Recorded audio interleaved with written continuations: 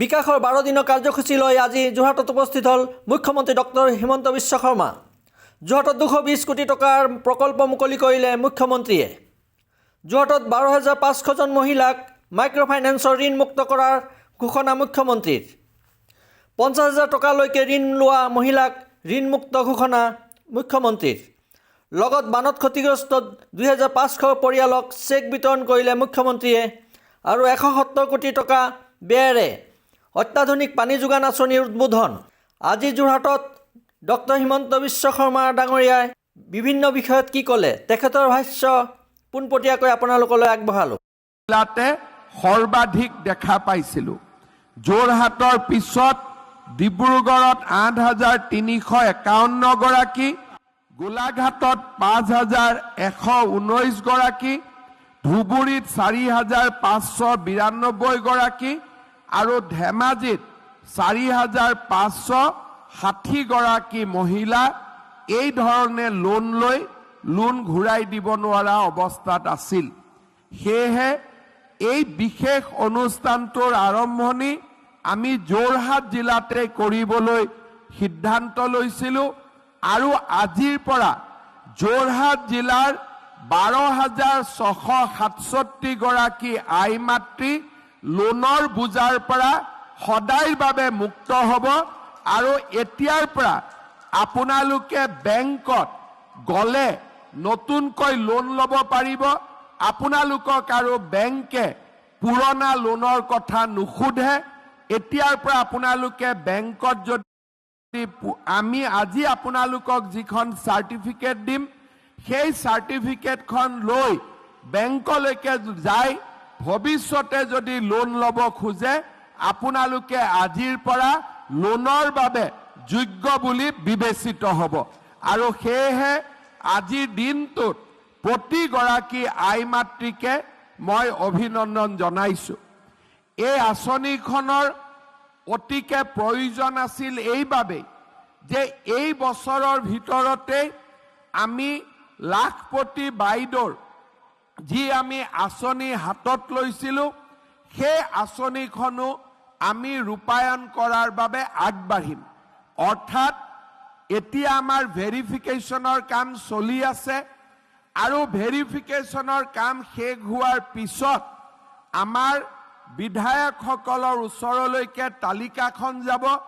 আৰু বিধায়কসকলে মঞ্জুৰি কৰি দিয়াৰ লগে লগে আমাৰ আত্মসহায়ক গোটত থকা আই মাতৃসকলে 10,000 টকাকৈ চৰকাৰৰ পৰা বেংকত তেওঁলোকে ধন পাব। কিন্তু মোৰ উদ্দেশ্য হ'ল যে অকল 10,000 টকাই দিয়া নহয়, 2025 চনত যদি আমি 10,000 টকা দিওঁ,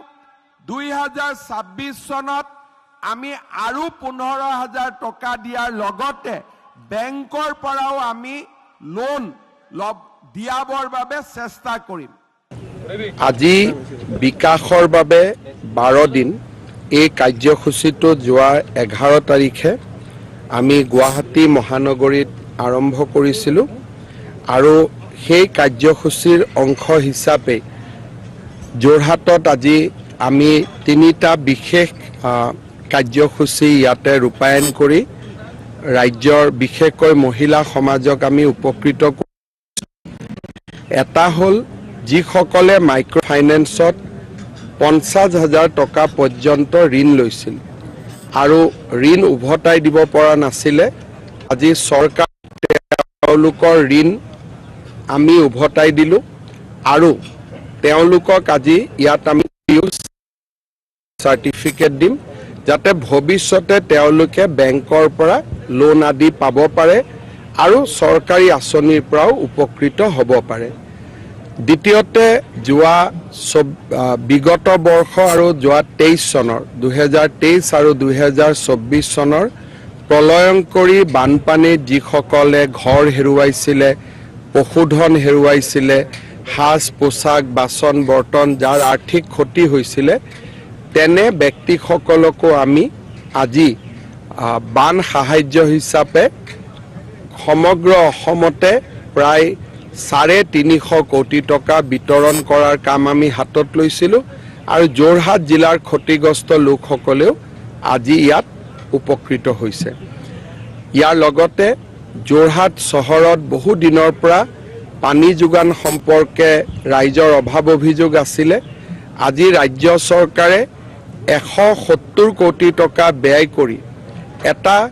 ফুল্লি অট'মেটিক অৰ্থাৎ য'ত নেকি পানীৰ প্ৰেছাৰ কমিলেও কণ্ট্ৰল ৰুমত গম পাব, পানীৰ পাইপ ফুটিলেও কণ্ট্ৰল ৰুমত গম পাব,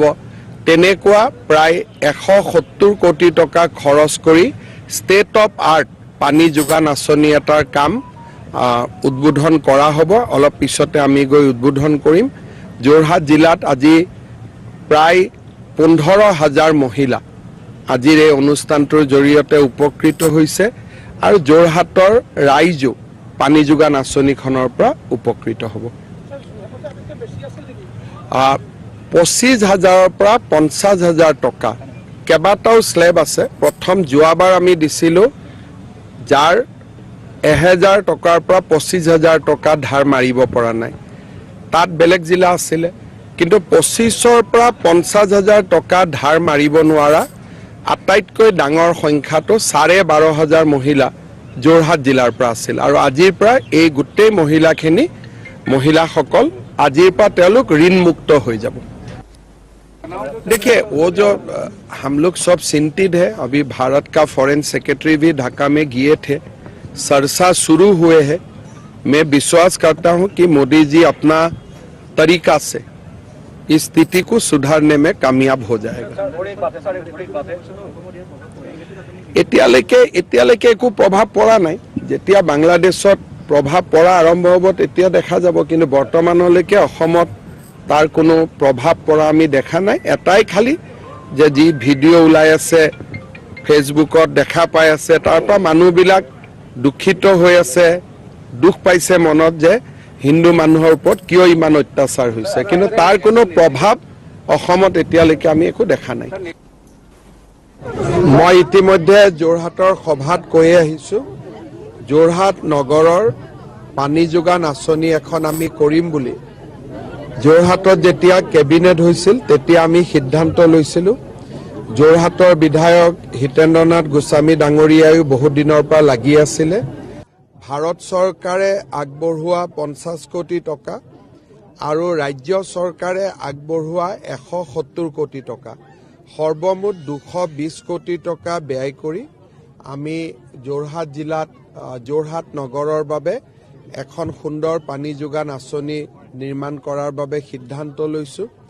আজি ভূমি পূজনো হ'ল, আধাৰশিলাও হ'ল। মই ভাবোঁ যে অহা এবছৰ 1.5 বছৰৰ ভিতৰত আমি এই আঁচনিটো সম্পূৰ্ণ কৰিব পাৰিম। সেইখন আঁচনি অলপমান জামেলা আছে, 2012 চনৰ পৰাই হোৱা আঁচনি। তাত প্ৰথমৰ পৰাই কিছু কেৰুণ আছে, ঠিক কৰাৰ চেষ্টা চলি আছে। কিন্তু এই আঁচনিখনে যোৰহাট নগৰৰ পানী যোগান ব্যৱস্থাটো সম্পূৰ্ণ সলনি কৰিব। ভোগদৈ পইণ্টত ডিপ টিউবেল দি পানী লোৱাৰ কাৰণে আৰ্ছেনিক আদিও পোৱা গৈছিলে।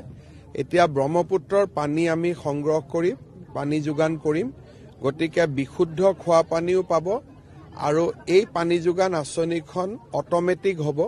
গতিকে ক'ৰবাত প্ৰেছাৰ কমিছে, ক'ৰবাত প্ৰেছাৰ বাঢ়িছে, ক'ৰবাত পানীৰ পাইপ ফুটিছে,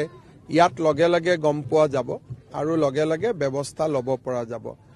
আৰু যি ধৰণে আপোনালোকেও চাব পাৰে খুব ধুনীয়াকৈ স্কিমটো বনোৱা হৈছে আৰু ৰাজ্য চৰকাৰৰ পুঁজি যিহেতু পুঁজিৰ অসুবিধা নহ'ব, আমি খুব সোনকালে পানী যোগান আঁচনিখন কৰি যোৰহাটৰ ৰাইজক আমি উপহাৰ দিব পাৰিম।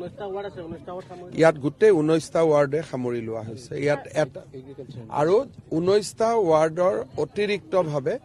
অসম এগ্ৰিকালচাৰ ইউনিভাৰ্চিটিকো আমি সামৰি লৈছিলোঁ। বিমান বন্দৰকো আমি সুধিছিলোঁ পানী নালাগে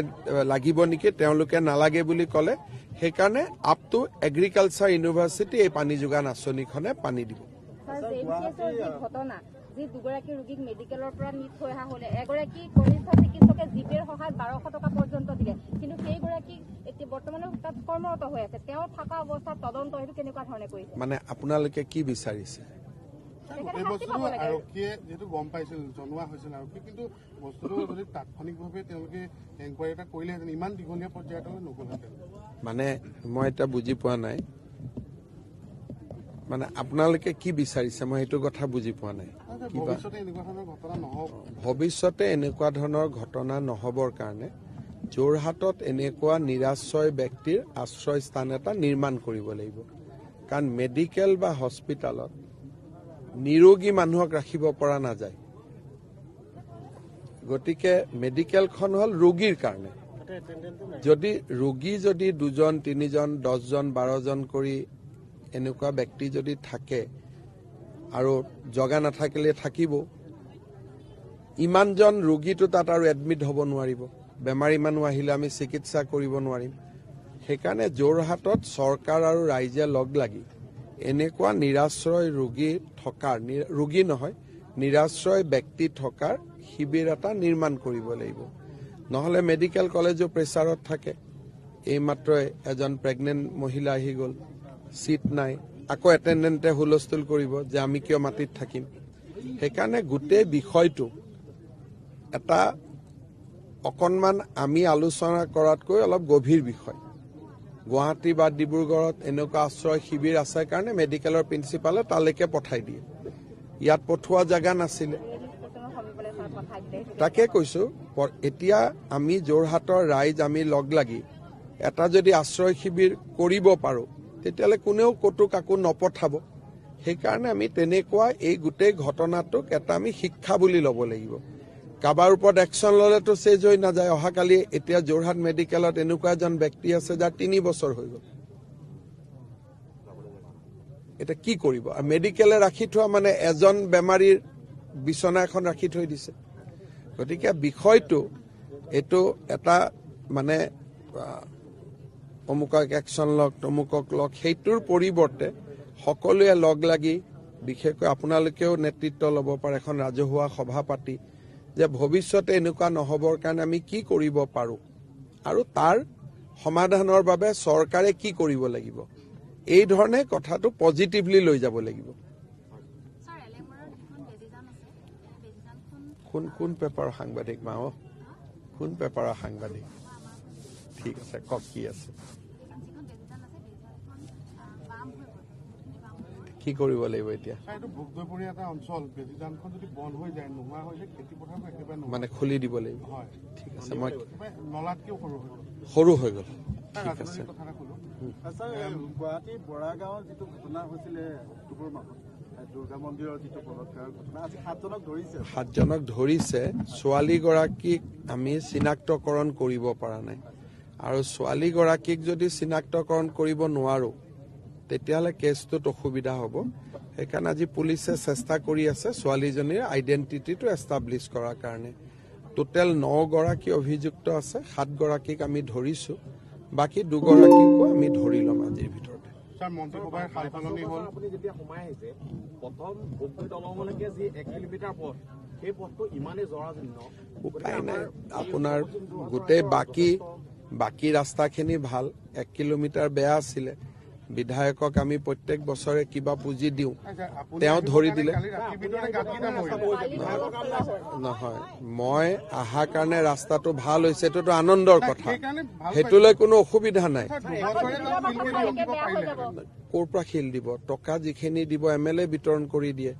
এতিয়া আজি ধৰক প্ৰত্যেক বছৰ আমি 15-20 কোটি টকাকৈ এটা সমষ্টিত দিওঁ এতিয়া বিধায়কে ক'ত ধৰি দিয়ে আমিতো নুসুমাওৱে মই বুজিলো এতিয়া এই কথাটো কোনে বুজিব লাগিব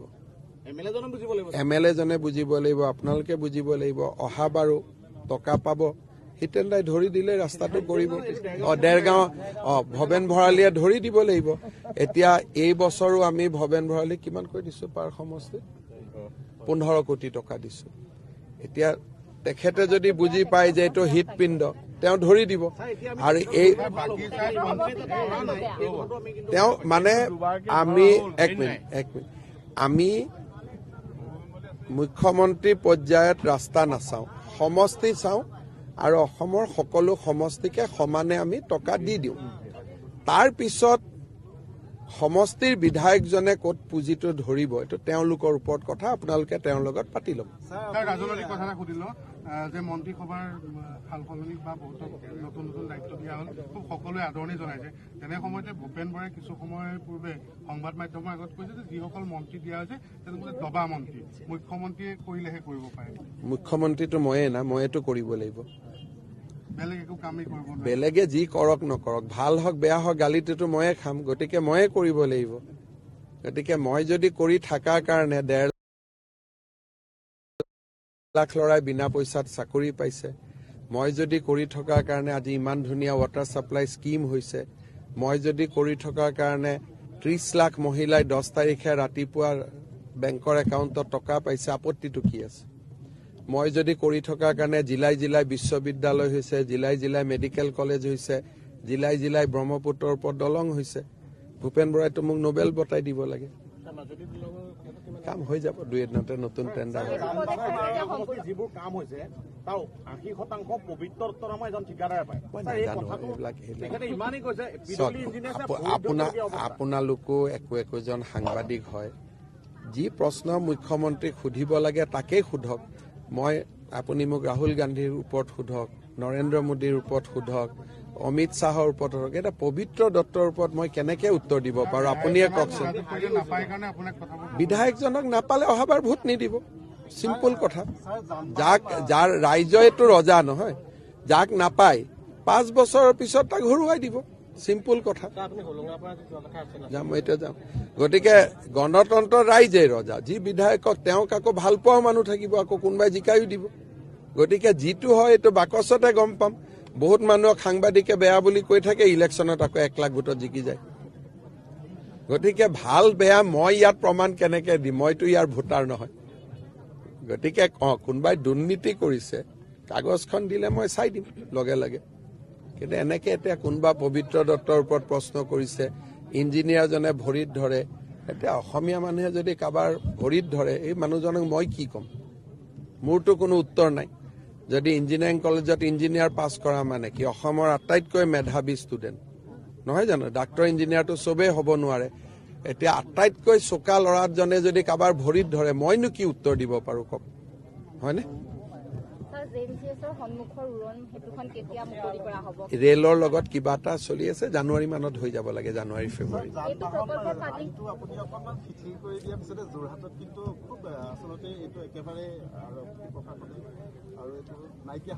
এতিয়া কি কৰিব শিথিল কৰিলে আপোনালোকে বেয়া পায় শিথিল নকৰিলে ৰাইজে বেয়া পায় গতিকে যি আছে চলি থাকক আৰু মইনো কাৰ লগত কাজিয়া পেচালত সোমাম 1.5 বছৰ ভালে হৈছে গতিকে মোক মাজে মাজে মাতি থাকিব মই আহি থাকিম ভাল কাম হৈ থাকিব যোৰহাটৰ পৰা উৎপল দত্তৰ ৰিপৰ্ট মায়া নিউজ।